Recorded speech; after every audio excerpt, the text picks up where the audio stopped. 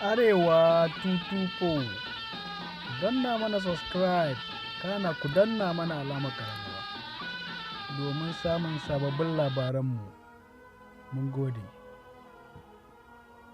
Labarai daga Kannywood. A yau jarumi Nuhu ya yaba Hafsa Idris matuƙa yayin da ya kai mata ziyara gidanta. Jarumi Nuhu ya kai wa jaruma Hafsa Idris ziyarar bazata da kuma bangajiya ta tafiya. Hafsa Idris idan ba ku manta ba ta yi tafiya zuwa ƙasar Dubai domin kasuwancinta ita da ‘yarta Ramla. Kwatsam ba zato ba tsammani jaruma Hafsa Idris ba ta yi aune ba sai ga kiran sarki Nuhu inda ya bayyana mata shi fa yana ƙofar gida.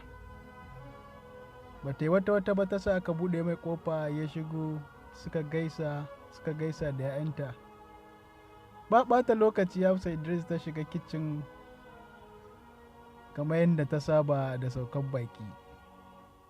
Ta yi mai goma na arziki, farfesun kaza, girki dai kala-kala.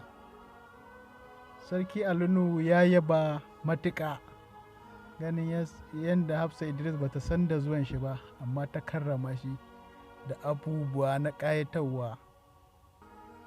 Hakan ya sa ya kasa ɓoye farin cikin shi sai da ya bayyana shi a social media ya ce ya gode Allah ya bar zumunci kuma Allah ya ƙara arziki.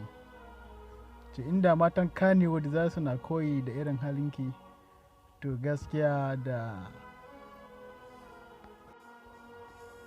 an more da yawa.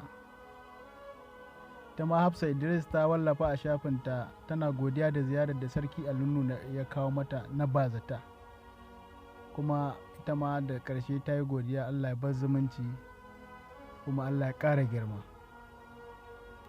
Wannan kenan. Domin samun zafafan labaranmu ku ci gaba da bibiyanmu arewa 224. Ku danna mana subscribe kana ku danna mana alamar ƙararrawa domin samun zafafan labaranmu. Mun gode.